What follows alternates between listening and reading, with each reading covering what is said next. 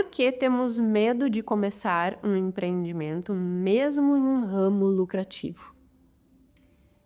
Olha que interessante. E aí, aqui eu vou falar do ponto de vista de empreendedorismo, mas poderia ser dentro de qualquer outro aspecto, seja transição de carreira, mudança de vida, enfim, o que for. Não interessa a mudança. Qualquer mudança vai gerar medo. Só que o fato de qualquer mudança gerar medo precisa vir antes de um processo de análise, de entendimento de contexto. E aí, quando se fala de empreendedorismo, análise de contexto é uma coisa muito importante. A pessoa disse assim, né, que por que temos medo de começar um empreendimento mesmo num ramo lucrativo? O fato do ramo ser lucrativo não quer dizer nada. Isso tem que ficar muito claro.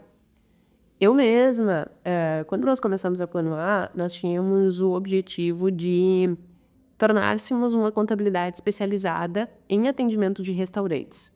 Só que daí entrou a pandemia, nós abrimos o escritório no final de 2019, entrou a pandemia início de 2020, era inviável nós mantermos esse direcionamento para restaurante, porque não faria o menor sentido, né? Então teríamos que avançar em outros ramos, que foi o que nos levou muito pela visão do Gui, empreendedora, sempre com leitura de mercado, a focar o escritório A Plano A para o atendimento de infoprodutos, que é o que nós atendemos até hoje. Somos realmente especializados no atendimento de pessoas que vendem curso online. Então, a Plano A, ela tem essa especialização, né? Tem essa especialidade e a gente foca 100% nisso. Nós não somos um escritório generalista, então nós entendemos do nosso cliente. E hoje nós entendemos do infoproduto, só que lá atrás, como o foco era restaurante, nós queríamos entender sobre restaurantes. E aí nós prestávamos consultoria para restaurante, nós atendíamos restaurante, enfim. E eu atendi uma pizzaria. E com consultoria, com análise de precificação, enfim, tudo que concerne aí os aspectos de gestão financeira de um negócio. E a pizzaria ia muito mal. Muito mal.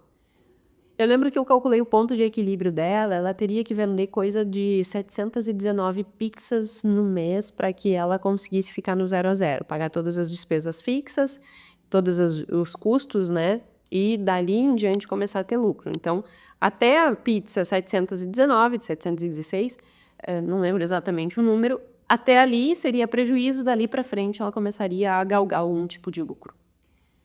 E isso era a pizzaria que nós atendíamos, mas paralelamente eu ficava analisando outras pizzarias. E elas tinham, e essa pizzaria que a gente atendia tinha uma dificuldade enorme de conseguir bater os 719, 716 pizzas no mês. Só que tinha pizzaria no meu bairro que vendia 300, 400 pizzas por dia. Então, o negócio é o mesmo. A margem de lucro parecida, é o mesmo ramo de atuação, é o mesmo produto sendo entregue. Então, assim, na teoria, por que uma ia muito bem e outra ia muito mal? O que eu quero dizer com isso? Não me interessa o ramo ser lucrativo. Você tem que tornar este negócio bom. Todo ramo pode ser bom. Não há negócio ruim, há má gestão. Isso assim, ó, eu sempre tive essa concepção, desde que eu entrei na faculdade, e isso, ao longo desses últimos 14, 15 anos, só se reforçaram. Eu já estou indo para 15 anos desde que eu entrei na faculdade, né? Meu Deus do céu, tô ficando velha. E eu fiz faculdade de administração, para quem não sabe, né? Toda a minha formação é na área de administração. Meu mestrado e doutorado é na área de administração, focado na linha de pesquisa de finanças comportamentais, mas é na área de finanças e de administração.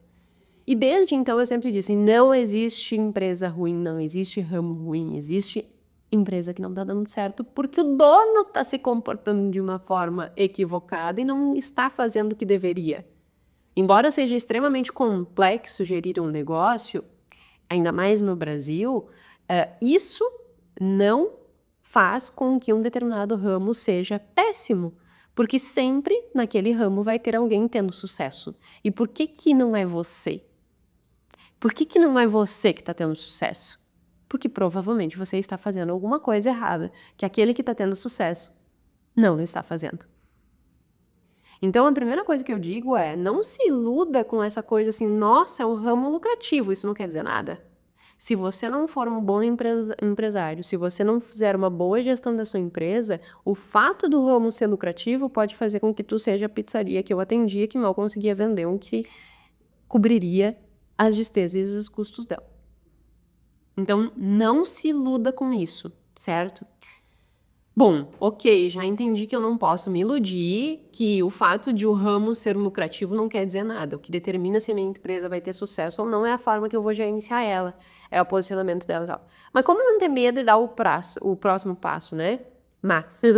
Aí depois ficam me corrigindo no meu português. Como não ter medo dentro deste processo? Sabe que assim, o medo é uma coisa inerente ao ser humano. Foi selecionado evolutivamente que nós tivéssemos medo, isso é extremamente protetivo. Se nós não tivéssemos medo, nós nos atiraríamos do precipício todos os dias. Não estaríamos vivos depois para contar, mas nos atiraríamos do precipício. Então, assim, medo é extremamente protetivo. Tanto é que a base da teoria de finanças comportamentais é justamente a aversão à perda. É nós conseguirmos nos perceber que nós sobrevalorizamos o risco de perder frente a um ganho proporcional. Então, isso não é ruim. O que é ruim é você se paralisar diante desse medo. E o que é pior ainda? Você passar uma vida inteira sem ter nenhum tipo de medinho. Exemplo. Esses dias me perguntaram mais ou menos isso na caixinha, só que não em relação à empresa, em relação ao fato de não se sentir seguro o suficiente para atender. E sempre que você vai fazer alguma coisa que não está naturalmente dentro da tua rotina, isso vai te gerar ansiedade, vai te gerar medo, vai te gerar um certo nível de insegurança. Exemplo. Toda vez que eu vou dar uma grande palestra, eu fico ansiosa antes de dar a palestra. Eu fico com ataque cardíaco, eu fico, meu Deus, será que vai ser legal? O que eu vou falar e tal? Dá aquele friozinho na barriga. É normal. Agora tem a formação que vai ser lançada em janeiro. Fico, ai, será que as pessoas vão gostar? Tentando assim enquadrar todo o conteúdo para ficar perfeito e tal. Para realmente a pessoa entrar na formação, entender comportamento, entender tudo sobre tomada de decisão financeira. Então assim, eu fico, né, com essa ansiedade de fazer a melhor coisa perfeita. Se eu estivesse dentro de uma sala de aula, dando a mesma disciplina, porque quando eu comecei a dar aula em 2017. 2017 eu comecei a dar aula. E uma das disciplinas que eu sempre dava era mercado de capitais. Então, assim, todo semestre, ou quase todo semestre, eu dava mercado de capitais. Se eu estivesse de 2017 até hoje dando a mesma disciplina, qual seria a minha ansiedade de entrar dentro da sala de aula e dar essa disciplina? Nenhuma. Então, por que eu fico nervosa, ansiosa se eu vou dar uma palestra agora com a formação? Porque é novo. E toda vez que nós estamos diante de algo novo que nós não fazemos constantemente e repetidamente, isso gera desconforto. E que bom que gera esse desconforto. Significa que tu tá vivo. Significa que tu tá em movimento. Significa que tu tá te desafiando. Sempre que você sentir que tá muito confortável, sem nenhuma sensaçãozinha, você sai estagnado. E a estagnação não leva a crescimento. Em nenhum âmbito. Seja financeiro, seja profissional, seja intelectual, seja pessoal. Então é bom sentir esse medinho. É bom sentir isso. Mas como que eu vou conseguir agir mesmo com esse medo? Porque você vai ter este medo. Como agir mesmo com esse medo e fazer com que esse medo ele não me paralise? Se preparando. Se preparando. Quando eu vou dar uma palestra, até hoje eu monto a palestra e eu apresento aquela palestra no mínimo umas 3, 4 vezes. Eu treino aquela palestra. Mas, Jéssica, tu já sabe o conteúdo? Sim. Mas eu preciso saber como que eu vou organizar aquele conteúdo de modo que fique perfeito na hora da apresentação. Que as coisas se encaixem, que eu consiga fazer aquela teia de raciocínio, que a pessoa saia no final e diz assim, entendi tudinho, achei muito legal. Então, assim, preparo. E quando eu falo preparo, o que é o preparo para a empresa, né? O que é o preparo para a empresa? É você fazer e abrir uma empresa tendo reserva de emergência. Não vai querer abrir uma empresa sem estar com uma estrutura sólida de financeiro. Por quê? Não é fácil fazer uma empresa dar certo. É um baita desafio. São inúmeros aspectos complexos para que você consiga fazer uma boa, criar uma boa empresa. Um exemplo simples, você não tem garantia nenhuma que a sua empresa vai dar lucro nos 2, 3 primeiros anos. Por quê? Por exemplo, imposto no Brasil, ser empresário, eu já disse aqui várias vezes, né? Deveria ganhar um prêmio. Tu tá fazendo a tua empresa crescer. Se a tua empresa tem prejuízo, o governo não vai nem saber se tu tá tendo prejuízo. Tu tem imposto para pagar. Porque o imposto é pago sobre o teu faturamento, ou seja, quanto tu vende.